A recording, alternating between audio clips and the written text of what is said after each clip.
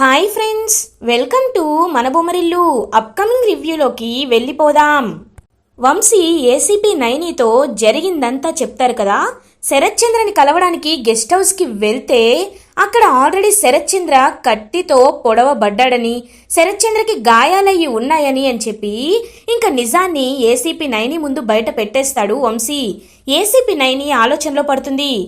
వంశీ, నువ్వింక వెళ్ళొచ్చు, కానీ నీపై అనుమానం అలానే ఉంటుంది అని చెప్పి ఇంక అటు ఇటు తిరుగుతూ ఆలోచిస్తూ ఉంటుంది. వంశీ చెప్పేది నిజమే, అతన్ని చూస్తుంటే అర్థమవుతుంది. మరి ఎవరు శరత్ చంద్రపై అటాక్ చేసింది ఎవరు అని ఆలోచిస్తూ ఉంటుంది ఏసీపీ నైని. ఇది ఇలా ఉండగా భూమిని మీరా డైనింగ్ టేబుల్ దగ్గర కూర్చోపెడుతుంది. అమ్మ భూమి, వచ్చినప్పటి నుండి గమనిస్తున్నాను, నువ్వు అసలు కనీసం ఏమీ తినటం లేదు.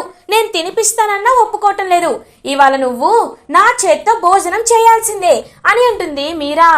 అది కాదత్తయ్యా, నాన్న కళ్ళు తెరిచేంత వరకు నాకు ఏమీ తినాలని లేదు అని అంటుంది భూమి. అదేమీ కుదరదు. నువ్వు ఎవరు? ఈ ఇంటి వారసురాలివి. అన్నయ్య కోమాలోండి బయటికి వచ్చాక ఇదిగో అన్నయ్య నీ కూతురు భూమి అని నేను చూపించాలంటే నువ్వు బలంగా పుష్టిగా ఉండాలి కదమ్మా.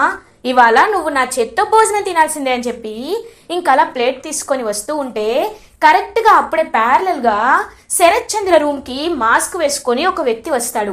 వచ్చి గ్లౌజ్ వేసుకొని శరత్ చంద్ర ఆక్సిజన్ పైప్ మాస్క్ ఏదైతే ఉంటుందో అది తీసేస్తాడు. ఇంకా శరత్ చంద్ర పాపం ఊపిరాడక కొట్టుకుంటూ ఉంటారు. అదే టైంకి ఇంకా ఆక్సిజన్ సిలిండర్ పడిపోయిన సౌండ్ రావడంతో భూమి మీరా అందరూ నడుచుకుంటూ పరిగెత్తుకుంటూ శరత్ చంద్ర దగ్గరికి వెళ్తారు. ఇంకా ఆక్సిజన్ పైప్ పీకేసి ఉండడంతో వెంటనే ఆక్సిజన్ పైప్ ని పెడుతుంది భూమి. నాన్న నాన్న ఏమైంది నాన్న? అయినా ఇంట్లో ఇంతమంది ఉండగా మళ్ళీ నాన్నపై అటాక్ జరగడం ఏంటి అని అంటుంది భూమి. అమ్మ భూమి, నాకు అది అర్థం కావట్లేదమ్మా, ఈ విషయం వదినకి చెప్పాలి అని అంటుంది మీరా. ఇంకప్పుడే అపూర్వ అయితే అక్కడికి వస్తుంది. ఏమైంది? ఎందుకు అందరూ బావ రూమ్ లో ఉన్నారు? అసలే బావకి ఈ మధ్య వెంటిలేషన్ ఎక్కువ ఉండాలని చెప్పారు, మీరందరేంటి ఇక్కడ అని అడుగుతుంది అపూర్వ. వదినా, మళ్ళీ అన్నయ్యపై అటాక్ జరిగింది వదినా అని జరిగిందంతా చెప్తుంది మీరా. ఒక్కసారిగా షాక్ అయిపోతుంది అపూర్వ. ఏంటి, ఇంటికి కూడా వచ్చాడా? అయితే వదిలిపెట్టకూడదు. ఇప్పుడే ఈ విషయాన్ని ఆ ఏసీపీ నైనికి చెప్పాలి అని చెప్పి ఇంకలా ఏసీపీ నైనికి కాల్ చేస్తుంది అపూర్వ. ఏసీపీ నైని కాల్ లిఫ్ట్ చేస్తుంది. హలో అపూర్వ గారు అని అంటుంది. మేడం, మీరు అన్నట్లే ఎవరో మా బావపై చాలా పెద్ద పగబట్టారండి. కానీ మళ్ళీ మేమందరం ఇంట్లో ఉండగానే మా బావపై అటాక్ జరిగింది. ఎవరో ఆక్సిజన్ మాస్క్ని తీసేయబోయారని చెప్పి ఇంకా అపూర్వ చెప్పగానే ఒక్కసారిగా ఏసీపీ నైని అయితే షాక్ అయిపోతుంది. ఇది ఎప్పుడు జరిగింది అని అడుగుతుంది. జరిగి ఒక 1 అవర్ అవుతుంది అని అంటుంది అపూర్వ. 1 అవర్ బ్యాక్ జరిగిందంటే వంశీ ఇక్కడే ఉన్నాడు. అంటే అటాక్ చేసింది వంశీ కాదు. అంటే ఇంట్లోనే ఎవరో ఉన్నారు. కృష్ణప్రసాద్, గగన్, చెర్రీ, ఇలా ముగ్గురులో ఎవరో అవుతారని చెప్పి ఇంకా ఇంటికి అపూర్వ వాళ్ళ ఇంటికి బయలుదేరుతుంది ఏసీపీ నైని. సీసీ ఫుటేజ్ ఉందా అని అడుగుతుంది. హా మేడం, మేము మా నాన్నకి థ్రెట్ ఉందని తెలిసాక ఈ రూమ్లోనే సీసీటీవీ అరేంజ్ చేయించామని భూమి చెప్తుంది. ఇంకా సీసీటీవీని చెక్ చేయగానే ఫుల్గా ఫేస్ కనపడకపోయినా షర్ట్ దగ్గర నుండి గ్లౌజ్ వేసుకున్న గ్లౌజ్తో మాస్క్ తీసేసినట్టు, ఆక్సిజన్ పైప్ తీసేసినట్టు కనబడుతుంది. అంటే ఆ వ్యక్తి ఈ గ్లౌజ్ని వాడాడనమాట అని ఆ గ్లౌజ్ని మొత్తం చూస్తూ ఉంటుందన్నమాట ఏసీపీ నైని. అప్పుడే కరెక్ట్గా మీరా ఆ గ్లౌజ్ చూసి, మేడం ఇది మా ఆయన గ్లౌజ్ అండి అని చెప్తుంది. ఒక్కసారిగా ఆ ఫ్యామిలీ మెంబర్స్ అందరూ షాక్ అయిపోతారు. ఇంకలా చూస్తూ ఉంటారనమాట. అంటే ఇదంతా చేసింది కేపీయా అని అంటుంది అపూర్వ. ఇంతకీ కృష్ణప్రసాద్ ఎక్కడా అని అడుగుతారు ఏసీపీ నైని. మా నాన్న బయటికి వెళ్ళారు అని చెప్తాడు పాపం చెర్రీ. ఇంకలా అందరూ చూసేసరికి అప్పుడే కృష్ణప్రసాద్ నడుచుకుంటూ వస్తారు. ఏసీపీ నైని కృష్ణప్రసాద్ దగ్గరికి వెళ్ళి, వావ్ సూపర్, చూసారా ఏ పాపం తెలియనట్టు ఎలా నడుచుకుంటూ వస్తున్నారో మిస్టర్ కృష్ణప్రసాద్. ఇంకా మీరు కవర్ చేసుకొని వేస్ట్. మీరే హత్య చేయాలని ప్రయత్నించారని ఒప్పేసుకోండి అని అంటుంది ఏసీపీ నైని. ఏం మాట్లాడుతున్నారండి మీరు అని అడుగుతారు కృష్ణప్రసాద్. వద్దు, నటించద్దు. నా సస్పెక్ట్స్లో ఒక సస్పెక్ట్ ఎలిమినేట్ అయ్యాడు. మిగిలిన ముగ్గురు మీరే. వచ్చేలోపు చెర్రీ ఇంట్లోనే ఉన్నాడు, గగన్ ఆఫీస్లోనే ఉన్నాడు.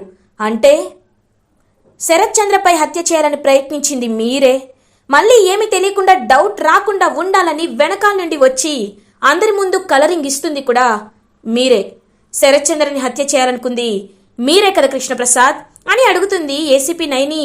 ఇంకందరూ కృష్ణప్రసాద్ వైపు అలా భూమి వాళ్ళందరూ చూస్తూ ఉంటారు. అవును, ఆయన్ని చంపాలనుకుంది నేనే అని అంటారు కృష్ణప్రసాద్. ఒక్కసారిగా మీరా, భూమి, అపూర్వ, నక్షత్ర, చెర్రీ అందరూ షాక్లో ఉండిపోతారనమాట. ఇంకేసీపీ నైని నాకు తెలుసు నా గురి తప్పదని, ఇప్పటికైనా తప్పు ఒప్పుకున్నందుకు చాలా హ్యాపీ. నీ పని పోలీస్ స్టేషన్లో చెప్తా రా అని కృష్ణప్రసాద్ కాలర్ పట్టుకొని తీసుకువెళ్తూ ఉంటే ఆగండి అని అంటాడు చెర్రీ. ఒక్కసారిగా అందరూ చెర్రీ వైపు చూస్తాడు. నాన్న, ఎందుకు నాన్న నేను చేసిన తప్పుని నీపై వేసుకోవాలని ఎందుకు అనుకుంటున్నావు నాన్న? ఇప్పటికైనా నిజం చెప్పేద్దాం నాన్న. చూడండి ఏసీపీ గారు, మావయ్యని ఆ రోజు పొడిచింది ఎవరో కాదు నేనే అని అంటాడు చెర్రీ. ఒక్కసారిగా భూమి షాక్ అయిపోతుంది. ఏసీపీ నైని కూడా అలా చూస్తూ ఉంటుంది.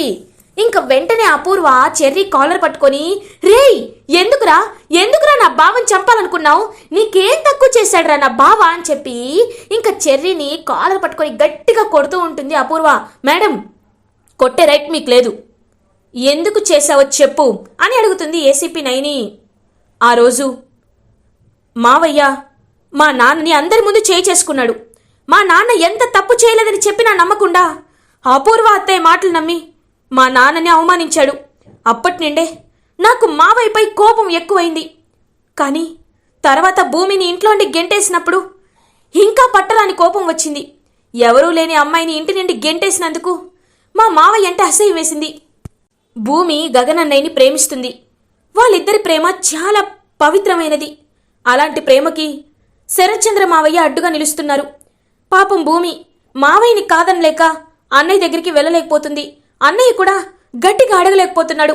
అందుకే మా నాన్నని కొట్టాడనే ఉక్రోషంతో, అన్నయ్య భూమి ఎలా అయినా కలవాలనే స్వార్థంతో నేనే ఆయన చనిపోతే ఎలాంటి ప్రాబ్లం ఉండదని వెళ్ళాను. భూమిని ఎందుకు బయటికి పంపించేసామని గొడవ పడ్డాను.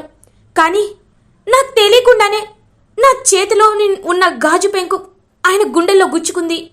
తర్వాత అక్కడి నుండి వచ్చేసాను అని జరిగిందంతా ఒప్పుకుంటాడనమాట చెర్రీ.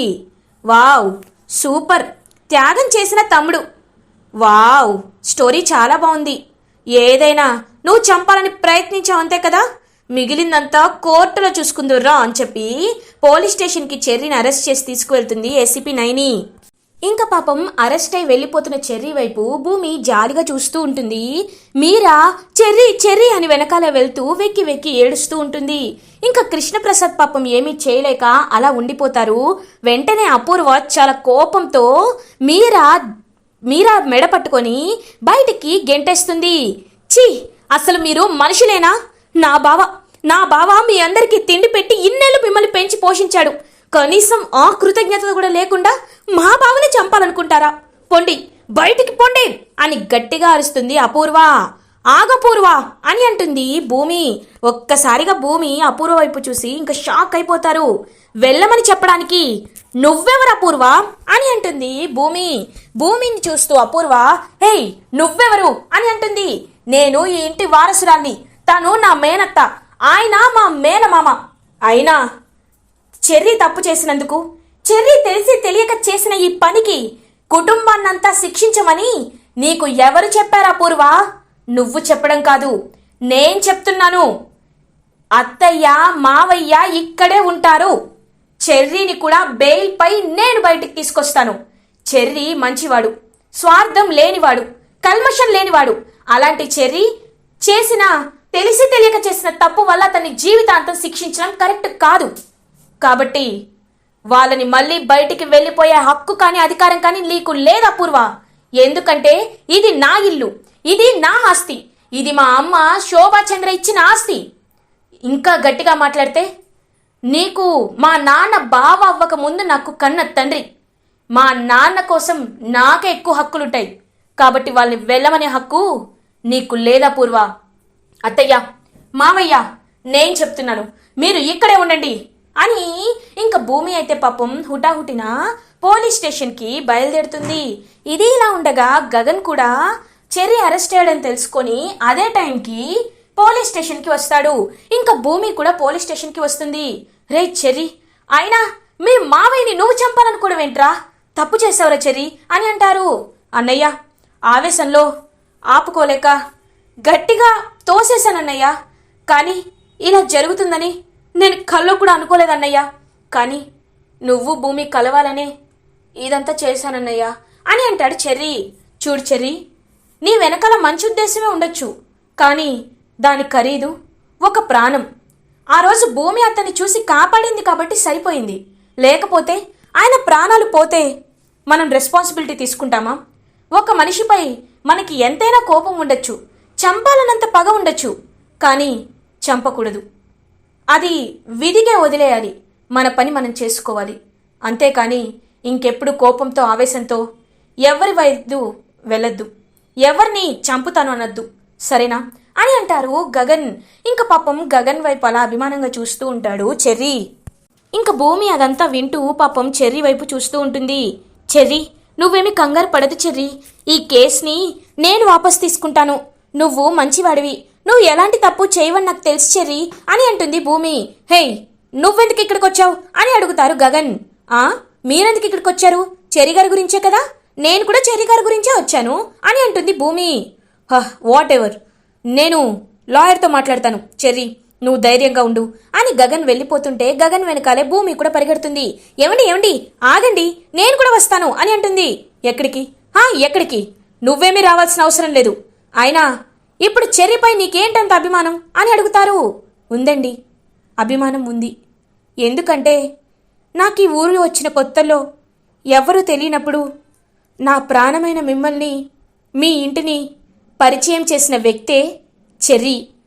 రాములవారి జాడని సీతమ్మకి ఆంజనేయస్వామి తెలిపినట్టు, అంగుళీకం ఇచ్చినట్టు నాకు చెర్రీ ఈ ఇంటిని పరిచయం చేశాడు.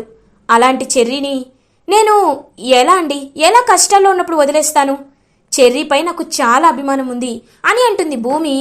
ఇంక పాపం భూమి వైపే అలా చూస్తూ ఉండిపోతాడనమాట గగన్. ఇది ఇలా ఉండగా అపూర్వ శరత్చంద్ర దగ్గరికి వస్తుంది. బావా అని శరత్చంద్ర పక్కన కూర్చొని చేయి పట్టుకొని, బావా చూసావా బావా, నీ కూతురంట, నీ వారసురాలంట, నిన్ను చంపాలని ఆ చెర్రీగాడు ప్రయత్నిస్తే వాడి కుటుంబాన్ని నేను ఇంట్లోండి గెంటేస్తే నువ్వెవరో అని అడుగుతుంది బావా. ఆ భూమి, దానికి ఏమీ తెలియట్లేదు బావా.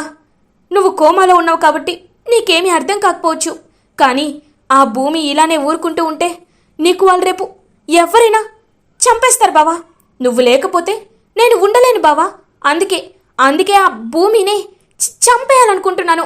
ఇవాళ రాత్రే ఆ భూమి తినే అన్నంలో విషం కలిపి దాన్ని చంపేస్తాను బావా, చంపేస్తాను.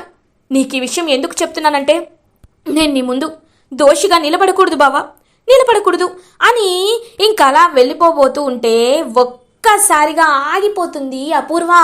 వెనక్కి తిరిగి చూసేసరికి శరత్చంద్ర అపూర్వ చెయ్యి పట్టుకొని ఉంటారు. ఒక్కసారిగా అపూర్వ షాక్ అయిపోతుంది. బావా అని అంటుంది. ఇంకా లైట్గా అలా కళ్ళు తెరుస్తూ ఉంటారు శరత్చంద్ర. ఇంకా మీరా, కృష్ణప్రసాద్ అందరూ గట్టిగా అపూర్వ అరిచేసరికి శరత్చంద్ర దగ్గరికి వస్తారు. మీరా వెంటనే ఇంక భూమికి ఫోన్ చేసి, అమ్మ భూమి, అన్నయ్య కోమాలోండి బయటికి వచ్చారమ్మా అని చెప్తుంది. ఇంకా వెంటనే పాపం భూమి పరుగున శరత్చంద్ర దగ్గరికి వస్తుంది. శరత్చంద్ర వైపు చూస్తూ ఉంటుంది భూమి. భూమి అని అంటారు శరత్చంద్ర. ఇంకా అలా శరత్చంద్ర వైపు చూస్తూ, నాన్న మీకంతా బాగానే ఉంది కదా అని అడుగుతుంది భూమి. అమ్మా బంగారు తల్లి, నీ గురించి నాకంతా మీరా చెప్పిందమ్మా. నువ్వు నా కన్న కూతురువని తెలిసినప్పటి నుండి నా మనసు సంతోషంతో నిండిపోయింది. నేను అపార్థం చేసుకున్నాను. గగన్ గాన్ని ప్రేమిస్తున్నావనే ఒక్క చిన్న కారణంతో నేను బయటికి గెంటేశానమ్మా. ఈ చేతులతో బయటికి గెంటేశాను చా అని కొట్టుకుంటూ ఉంటారు శరత్చంద్ర. నాన్న వద్దు, నాన్న వద్దు, మీరు సంతోషంగా ఉండాలి, నాకు కావాల్సింది అదే నాన్న, మీరు సంతోషంగా ఉండడమే నాకు కావాలి అని అంటుంది భూమి. ఇంక పాపం భూమిని హక్ చేసుకుంటారు శరత్చంద్ర. ఇదంతా అపూర్వ, నక్షత్ర గోరింటాకు పిన్ని చూస్తూ ఉంటారు. చూసావా అమ్మాయి, కోమాలోండి బయటకు వచ్చాక నిన్ను కనీసం ఎలా ఉన్నావని కూడా అడగలేదు, కానీ ఆ భూమికి మాత్రం బంగారు తల్లంట, తన్ని బంగారంలా చూసుకుంటాడంట, చూసావా అని అంటుంది గోరింటాకు పిన్ని. ఇది కేవలం స్టార్టింగే పిన్ని, నాకు తెలుసు కదా ఎలా భూమిని దూరం చేయాలో అని ఆలోచిస్తూ ఉంటుంది అపూర్వ. ఇంక ఇది ఇలా ఉండగా మార్నింగ్ అవుతుంది. శరత్చంద్ర భూమికి ప్రేమగా టిఫిన్ తినిపిస్తూ ఉంటారు. అపూర్వతో, అపూర్వ నువ్వు బానే ఉన్నావా అని అడుగుతారు. బావా నీపై బెంగతో నేను అసలు భోజనం కూడా చేయలేదు బావా అని అంటుంది అపూర్వ. సరే ఇంకా బెంగ ఎందుకు, నేను బానే ఉన్నాను కదా, నువ్వు కూడా భోజనం చేసేసేయ్, అమ్మ భూమి రామ్మా అని చెప్పి ఇంక తన రూమ్కి తీసుకువెళ్తారనమాట శరత్చంద్ర. చూడమ్మా భూమి, ఇదిగో ఈ చీర, ఈ నగలు, ఇవన్నీ శోభచంద్రవమ్మ. వీటిని చూస్తూ రోజు బాధపడేవాణ్ణి. నా కూతురు బ్రతికుందని తెలిసాక, తను వచ్చాక ఇవన్నీ మీ అమ్మ నగలమ్మ అని తనకి ఇవ్వాలి అనుకున్నాను. కానీ కళ్ళ ముందు ఉన్న నువ్వే నా కన్న కూతురివని నేను ఊహించలేదమ్మా. నీకు ఇస్తున్న నగలు వారసత్వ ఆస్తి ఇదేనమ్మా అని అంటారు శరత్చంద్ర. నాన్న, నేను ఈ నగల కోసమో లేకపోతే ఇంకా ఈ ఆస్తి కోసమో మీ కూతురిగా ఉండాలి అనుకోలేదు నాన్న. నాకు నాన్నగా ఒక గుర్తింపు, మీ నుండి గుర్తింపు రావాలి. శోభాచంద్ర గారి కన్న కూతురిగా భరతనాట్యం నేర్చుకుంటూ ఉంటే అదే చాలు నాన్న అని అంటుంది పాపం భూమి. అమ్మా నా సంతోషం కోసమమ్మా, ప్లీజ్ భూమి అని చెప్పి ఇంకా మీరాని పిలుస్తారు. మీరా త్వరగా రా, భూమిని ఈ నగలతో తయారు చేసి కిందకి తీసుకురా అని చెప్పి ఇంక కిందకి వెళ్ళిపోతారనమాట శరత్చంద్ర.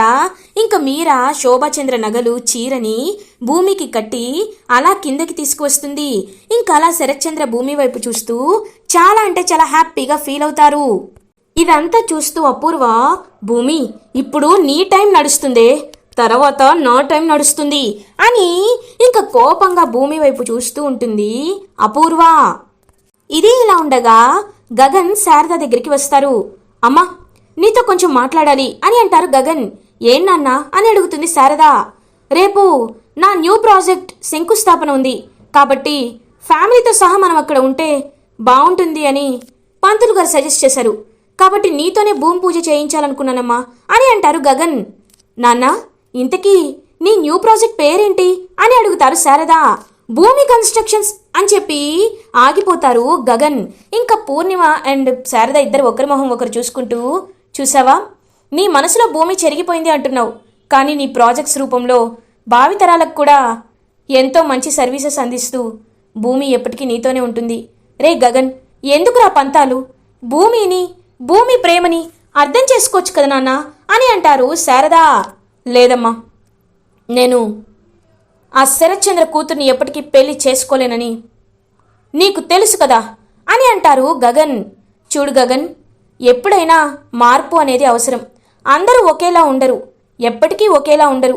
నదిలో కూడా కొత్త నీరు వస్తూ ఉంటుంది, పాత నీరు పోతూ ఉంటుంది. అలాంటి మనిషి జీవితంలో ఇంకా పాత పగలనే గుర్తు పెట్టుకుంటూ కొత్త విషయాల్ని ఎందుకు నువ్వు గుర్తు చేసుకొని ఆస్వాదించటం లేదు?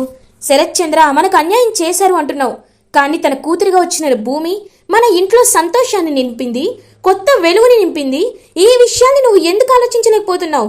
ఎప్పుడు భూమి శరత్చంద్ర కూతురు అంటున్నావు, కానీ భూమి కేవలం శరత్చంద్ర కూతురు మాత్రమే కాదు నాన్న, శోభాచంద్ర గారి కూతురు. నీకు ఆవిడ గురించి తెలియకపోతే తెలుసుకో. ఆవిడ ఎంత మహా గొప్ప మనిషో, ఆవిడ ఎన్ని కలలకి ప్రాణం పోశారో, ఎంతమంది పేదవాళ్ళ జీవితాల్లో వెలుగుని నింపారో, ఎంత మంచి మనసున్నోలో నీకే తెలుస్తుంది. అయినా నువ్వు అనుకుంటున్నట్టు మన జీవితాలు ఇలా చిదిగిపోవడానికి వెనుక ఉన్న కారణం శరత్చంద్ర కాదు నాన్న, ఆ అపూర్వ గురించి నీకు ఇంకా తెలియాలి. తెలిసే రోజు వస్తుంది. అప్పుడే నీ నోటితోనే అమ్మా నేను భూమిని పెళ్లి చేసుకుంటాను అనే మాట నేను వింటాను గగన్ అని అక్కడి నుండి వెళ్ళిపోతారు శారద. ఆలోచనలో పడతాడు గగన్. ఇలా ఎపిసోడ్ ఎండ్ అవుతుంది. ఫర్దర్ ఎపిసోడ్ రివ్యూస్ ముందుగా మీకు కావాలి అనుకుంటే మా ఛానల్ని సబ్స్క్రైబ్ చేసుకోండి. Thanks for watching.